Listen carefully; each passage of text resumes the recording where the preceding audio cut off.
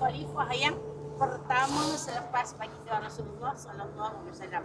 Di sinilah tempat dia. 2 tahun yang lalu masih ada lagi kebun dia. Masih ada kebun dia, ada telaga dia di sini, tempat Nabi duduk, rendam kaki, ada dalam ni, kawasan ni. Dan di sini dia nak buat semula sebab dia pagarkan, dia 2 tahun dah pagarkan, dia masukkan pokok kurma baru.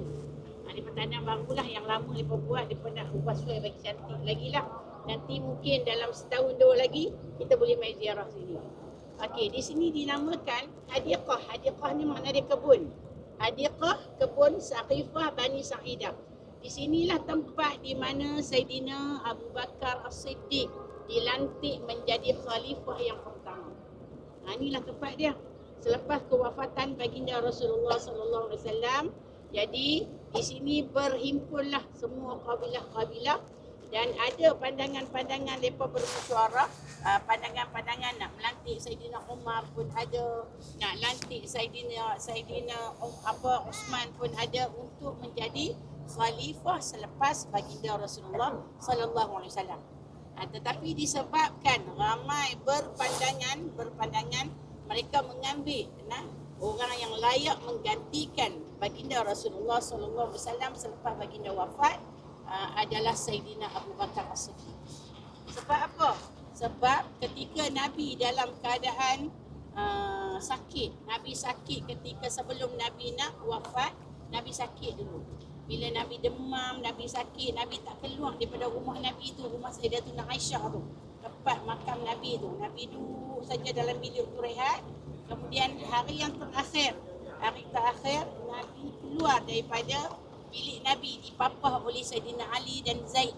Dipapah Nabi keluar, Nabi buka tirai. Sebab rumah Nabi dengan masjid tu kembar.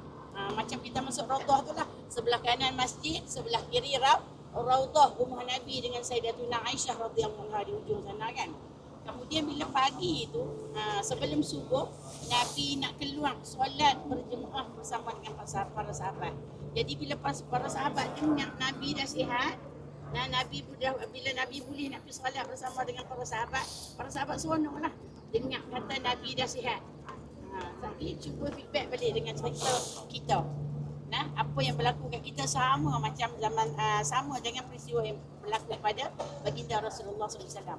Bila para sahabat tengok Nabi dipapah oleh Saidina Ali dengan Zaid keluar daripada bilik Nabi, daripada rumah Nabi, buka tirai Nabi tu masuk ke dalam masjid untuk solat subuh berjemaah bersama dengan para sahabat.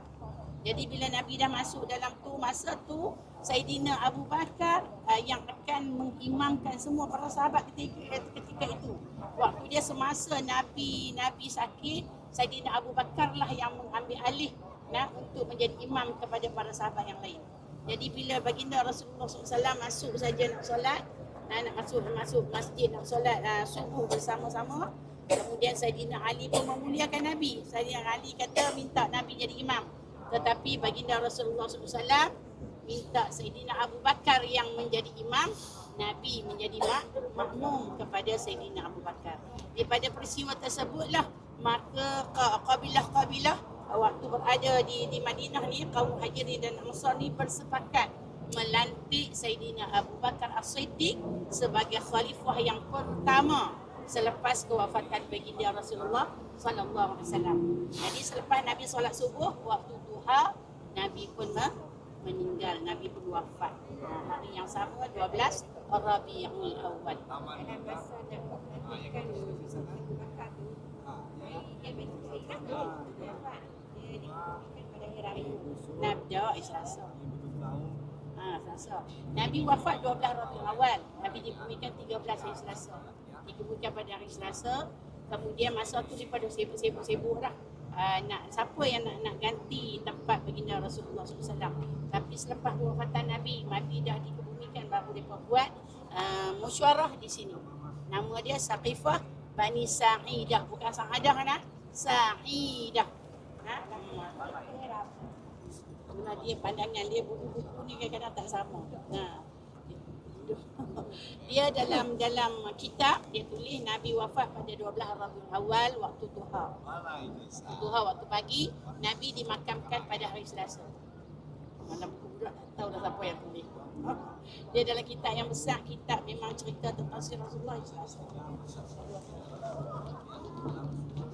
Tak tahulah dia tengok orang yang ni lah, orang yang tulis tapi bila berlaku pelantikan Saidina Abu Bakar di sinilah tempat Saidina Abu Bakar As-Siddiq dilantik menjadi khalifah setelah ada perbalahan di antara kabilah-kabilah tentang nak lantik siapa. Bukan lepas direct terus lantik Saidina Abu Bakar, tak sama juga macam kita, dia ada musyawarah. Dia ada musyawarah, ada perbincangan, ada lantik kawan ni, kebanyakan lepas melantik Saidina Umar. Saidina Umar sebab dia kan orang yang tegas walaupun dia orang yang berani, yang tegas, tetapi bila para sahabat dan kabilah-kabilah ni bersetuju untuk ambil pandangan, dia boleh ambil pandangan daripada Saidina Abu Bakar menjadi